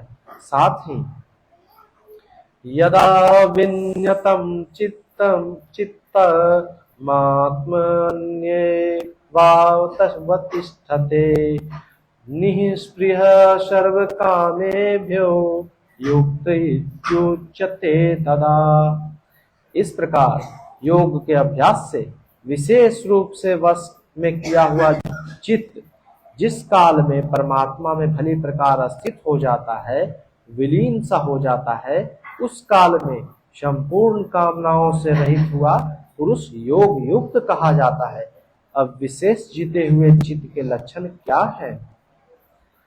यथा दीपो निवातस्थो नेंगते सोमपास्मृता योगिनो यत् चित्तस्य युज्यन्तो योगमात्मना। जिस प्रकार वेग रहित वायु में रखे गए दीपक की लौ चलायमान नहीं होती, लौ सीधे ऊपर जाती है, उसमें कंपन नहीं होता, यही उपमा परमात्मा के ध्यान में लगे हुए योगी के जीते हुए चित्त की दी गई है। दीपक तो उदाहरण मात्र है। आजकल दीपक का प्रचलन शिथिल पड़ रहा है। अगरबत्ती ही जलाने पर धुआं सीधे ऊपर जाता है। यदि वायु में वेग न हो, यह योगी के जीते हुए चित्त का एक उदाहरण मात्र है। अभी चित्त भले ही जीता गया है, निरोध हो गया है, किंतु अभी चित्त है। जब निरुद्ध चित्त का भी विलय हो जाता है, तब कौन सी विभूति मिलती है? देखें, यत्रो परमते चितम निरुद्धम योग सेवया यत्र चैवात्मनात्मानं पश्यन्नात्मनि तुष्यति। जिस अवस्था में योग के अभ्यास से निरुद्ध हुआ चित्त भी उपराम हो जाता है, विलीन हो जाता है, मिट जाता है, उस अवस्था में आत्मान अपने आत्मा के द्वारा आत्मान परमात्मा को देखता हुआ आत्मनि एव अपने आत्मा में ही संतुष्ट होता है। देखता तो परमात्मा को है, लेकिन संतुष्ट अपने ही आत्मा से होता है, क्योंकि प्राप्ति काल में तो परमात्मा का साक्षात्कार होता है, किंतु दूसरे ही क्षण वह अपने ही आत्मा को उन शाश्वत ईश्वरीय विभूतियों से ओतप्रोत पाता है। ब्रह्मा अजर अमर शाश्वत अव्यक्त और अमृत स्वरूप है, तो इधर आत्मा भी अजर अमर शाश्वत अव्यक्त और अमृत स्वरूप ही है तो, किंतु अचिंत्य भी है। जब तक चित्त और चित्त की लहर है, तब तक वह आपके उपभोग के लिए नहीं है। चित्त का निरोध और निरुद्ध चित्त के विलय काल में परमात्मा का साक्षात्कार होता है, और दर्शन के ठीक दूसरे क्षण उन्हीं ईश्वरीय गुण धर्मों से युक्त अपने ही आत्मा को पाता है। इसलिए वह अपने ही आत्मा में संतुष्ट होता है। यही उसका स्वरूप है, यही प्रकाष्ठा है। इसी का पूरक अगला श्लोक देखें। सूक्ष्मात्यांतिकं यत् बुद्धि ग्राहा मतीन्द्रियं वेति यत्र न चैवायं अस्थितिश्चलति तत्वतः। तथा इंद्रियों से अतीत केवल शुद्ध हुई सूक्ष्म बुद्धि द्वारा ग्रहण करने योग्य जो अनंत आनंद है, जिसको जिस अवस्था में अनुभव करता है और जिस अवस्था में स्थित हुआ योगी भगवत स्वरूप को तत्व से जानकर चलायमान नहीं होता, सदैव उसी में प्रतिष्ठित रहता है। तथा यम लब्ध्वा चापरं लाभं मन्यते नाधिकं तथा यस्मिन् स्थितो न दुःखेन गुरुणापि विचाल्यते। परमेश्वर की प्राप्ति रूपी जिस लाभ को, प्रकाष्ठा की शांति को प्राप्त कर उससे अधिक दूसरा कुछ भी लाभ नहीं मानता, और भगवत प्राप्ति रूपी जिस अवस्था में स्थित हुआ योगी भारी दुख से भी चलायमान नहीं होता, दुख का उसे भान भी नहीं होता, क्योंकि भान करने वाला चित्त तो मिट गया। इस प्रकार तम विद्या दुःखम संयोग वियोगम योग संजितम सनिश्चयेन योक्तव्यो योगो निर्विनर्न चेतसा। जो संसार के संयोग और वियोग से रहित है, उसी का नाम योग है। जो अत्यांतिक सुख है, उसके मिलन का नाम योग है। जिसे परम तत्व परमात्मा कहते हैं, उसके मिलन का नाम योग है। वह योग न उकताए हुए चित्त से निश्चय पूर्वक करना कर्तव्य है। धैर्य पूर्वक लगा रहने वाला ही योग में सफल होता है। संकल्प प्रभावन कामस्त्य तत्वा सर्वान् शेषशता मन शैवेन्द्रिय ग्रामम विनियम्य समन्तता। इसलिए मनुष्य को चाहिए कि संकल्प से उत्पन्न होने वाली संपूर्ण कामनाओं को वासना और आसक्ति सहित सर्वथा त्याग कर मन के द्वारा इंद्रियों के समुदाय को सब ओर से अच्छी प्रकार वश में करके शनैः शनैः रूपमेध बुद्ध्या धीर्ति गृहीतया आत्मसंस्थं मनः कृत्वा न किंचिदपि चिंतयेत्। कर्म कर्म से अभ्यास करता हुआ उपरामता को प्राप्त हो जाए, चित्त का निरोध और क्रमशः विलय हो जाए। तदंतर यह धैर्य युक्त बुद्धि द्वारा मन को परमात्मा में स्थित करके अन्य कुछ भी चिंतन न करे, निरंतर लगकर पाने का विधान है। किंतु आरंभ में मन लगता नहीं, इसी पर योगेश्वर कहते हैं,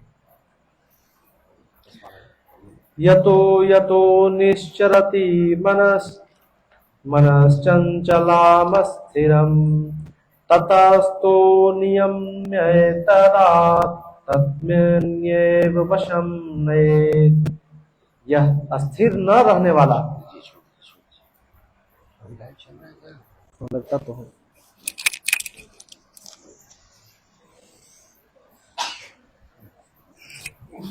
ओम श्री सहुदेव भगवान की जय। यह स्थिर न रहने वाला चंचल मन जिस कारण से सांसारिक पदार्थों में विचरता है, उससे रोक कर बारंबार अंतरात्मा में ही निरुद्ध करे। प्रायः लोग कहते हैं कि मन जहां भी जाता है जाने दो, प्रकृति में ही तो जाएगा, और प्रकृति भी उस ब्रह्म के ही अंतर्गत है। प्रकृति में विचरण करना ब्रह्म के बाहर नहीं है। किंतु श्री कृष्ण के अनुसार यह गलत है। गीता में इन मान्यताओं का किंचित भी स्थान नहीं है। श्री कृष्ण का कथन है कि मन जहां भी जाए, जहां जहां जाए, जिन माध्यमों से जाए, उन्हीं माध्यमों से रोककर परमात्मा में ही लगाम ले। मन का निरोध संभव है। इस निरोध का परिणाम क्या होगा? ओम प्रशांत मनसं येनम योगिनं सुखम उत्तमम् उपैति शांतरजसं ब्रह्मभूतमकल्मषम्। जिसका मन पूर्ण रूप से शांत हो, जो पाप से रहित है, जिसका रजोगुण शांत हो गया है, ऐसे ब्रह्म से एकीभूत योगी को सर्वोत्तम आनंद प्राप्त होता है, जिससे उत्तम कुछ भी नहीं है। इसी पर पुनः बल देते हैं। ओम युज्यन्नेवं शरात्मानं योगी विगत कल्मष सुखेन ब्रह्म संस्पर्शम् अत्यंतं सुखमाश्नुते। पाप रहित योगी इस प्रकार आत्मा को निरंतर उस परमात्मा में लगाता हुआ सुख पूर्वक पर ब्रह्म परमात्मा की प्राप्ति के अनंत आनंद की अनुभूति करता है। वह ब्रह्म संस्पर्श अर्थात ब्रह्म के स्पर्श और प्रवेश के साथ अनंत आनंद का अनुभव करता है। अतः भजन अनिवार्य है। इसी पर आगे कहते हैं, ओम सर्वभूत तथात्मानं सर्वभूतानि चात्मनि ईक्षते योगयुक्तात्मा सर्वत्र समदर्शन। योग के परिणाम से युक्त आत्मा वाला, सब में समभाव से देखने वाला योगी आत्मा को संपूर्ण प्राणियों में व्याप्त देखता है। और संपूर्ण भूतों को आत्मा में ही प्रवाहित देखता है। इस प्रकार देखने से लाभ क्या है? ओ यो मां पश्यति सर्वत्र सर्वं च मयि पश्यति तस्याहं न प्रणश्यामि स च मे न प्रणश्यति। जो पुरुष संपूर्ण भूतों में मुझ परमात्मा को देखता है, व्याप्त देखता है और संपूर्ण भूतों को मुझ परमात्मा के ही अंतर्गत देखता है, उसके लिए मैं अदृश्य नहीं होता हूं और वह मेरे लिए अदृश्य नहीं होता। यह प्रेरक का आमने सामने मिलन है, सख्य भाव है, सामीप्य मुक्ति है। ओम सर्वभूत स्थितं यो मां भजत्येकत्वमास्थितः सर्वथा वर्तमानोऽपि स योगी मयि वर्तते। जो पुरुष अनेकता से परे उपर्युक्त एकत्व भाव से मुझ परमात्मा को भजता है, वह योगी सब प्रकार के कार्यों में बरतता हुआ भी मेरे में ही बरतता है, क्योंकि मुझे छोड़कर उसके लिए कोई बचा भी तो नहीं, उसका तो सब मिट गया। इसलिए वह उठता बैठता जो कुछ भी करता है मेरे संकल्प से करता है। ओम आत्मौपम्येन सर्वत्र समं पश्यति योऽर्जुन सुखं वा यदि वा दुःखं स योगी परमो मतः। हे अर्जुन, जो योगी अपने ही समान संपूर्ण भूतों में सम देखता है, अपने जैसा देखता है, सुख और दुख भी सब में समान देखता है, वह योगी जिसका भेदभाव समाप्त हो गया है, परम श्रेष्ठ माना गया है। प्रश्न पूरा हुआ। इस पर अर्जुन ने प्रश्न किया। अर्जुन उवाच योऽयं योगस्त्वया प्रोक्तः साम्येन मधुसूदन एतस्याहं न पश्यामि चञ्चलत्वात् स्थितं स्थिराम्। हे मधुसूदन, यह योग जो आप पहले बताए आए हैं, जिससे समत्व भाव दृष्टि मिलती है, मन के चंचल होने से बहुत समय तक इसमें ठहरने वाली स्थिति में मैं अपने को नहीं देखता। ओम चंचलम ही मन कृष्ण प्रमाथि बलवदृढ़ं तस्याहं निग्रहं मन्ये वायोरिव सुदुष्करम्। हे श्री कृष्ण, यह मन बड़ा चंचल है, प्रमथन स्वभाव वाला है। प्रमथन अर्थात दूसरे को मत डालने वाला, हठी तथा बलवान है, इसलिए इसे वश में करना मैं वायु की भांति अति दुष्कर मानता हूं। तूफानी हवा और इसको रोकना बराबर है। इस पर योगेश्वर श्री कृष्ण कहते हैं। श्री भगवान वाच असंशयं महाबाहो मनो दुर्निग्रहं चलम् अभ्यासेन तु कौन्तेय वैराग्येन च गृह्यते। महान कार्य करने के लिए प्रयत्नशील अर्थात महाबाहु अर्जुन, निसंदेह मन चंचल है, बड़ी कठिनाई से वश में होने वाला है, परंतु कौन्तेय यह अभ्यास और वैराग्य के द्वारा वश में होता है। जहां चित्त को लगाना है वहां स्थिर करने के लिए बार बार प्रयत्न का नाम अभ्यास है, तथा देखी सुनी विषय वस्तुओं में, संसार या स्वर्ग आदि भोगों में राग अर्थात लगाव का त्याग वैराग्य है। भगवान श्री कृष्ण कहते हैं कि मन को वश में करना कठिन है, किंतु अभ्यास और वैराग्य के द्वारा यह वश में हो जाता है। ओम असंशयं संयतात्मना योगो दुष्प्राप इति मे मतिः वश्यात्मना तु यतता शक्यो वाप्तुमुपायत। अर्जुन, मन को वश में न करने वाले पुरुष के लिए योग प्राप्त होना कठिन है, किंतु स्ववश मन वाले प्रयत्नशील पुरुष के लिए योग सहज है। ऐसा मेरा अपना मत है। जितना कठिन तू मान बैठा है उतना बाहो विमूढ़ो ब्रह्मण पथे। महाबाहु श्री कृष्ण भगवत प्राप्ति के मार्ग में विचलित हुआ वह मोहित पुरुष छिन्न भिन्न बादल की भांति दोनों ओर से नष्ट भ्रष्ट तो नहीं हो जाता। छोटी सी बदली आकाश में छाए तो वह न बरस पाती है, न लौट कर मेघों से ही मिल पाती है, बल्कि हवा के झोंकों से देखते देखते नष्ट प्राय हो जाती है। इसी प्रकार से दृढ़ प्रयत्न वाला कुछ काल तक साधन करके स्थगित करने वाला नष्ट तो नहीं हो जाता। वह न आप में प्रवेश कर सका और न भोग ही भोग सका, उसकी कौन सी गति होती है। ओम एतन्मे संशयं कृष्ण छेतुमर्हस्य शेषतः त्वरन्य संशयस्यास्य छेत्ता न युपपद्यते।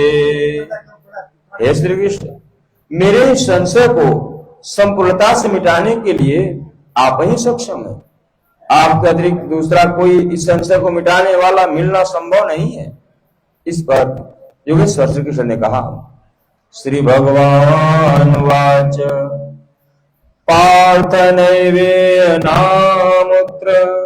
विनाशस्तस्य विद्यते न हि कल्याणकृत कश्चित् दुर्गतिं तात गच्छति।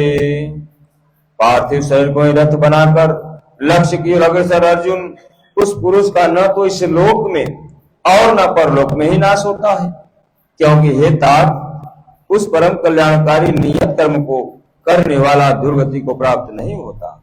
उसका होता क्या है।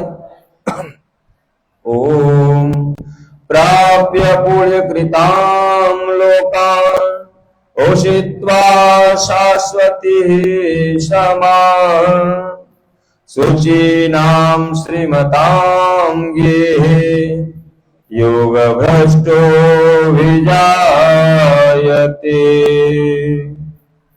मन चलायमान होने से योग भ्रष्ट हुआ पुरुष पुण्यवानों के लोकों में वासनाओं को भोग कर, जिन वासनाओं को लेकर वह योग भ्रष्ट हुआ था, भगवान उसे थोड़े में ही सब दिखा सुना देते हैं। उन्हें भोग कर वह शुचि नाम श्रीमताओं शुद्ध आचरण वाले श्रीमान पुरुषों के घर में जन्म लेता है।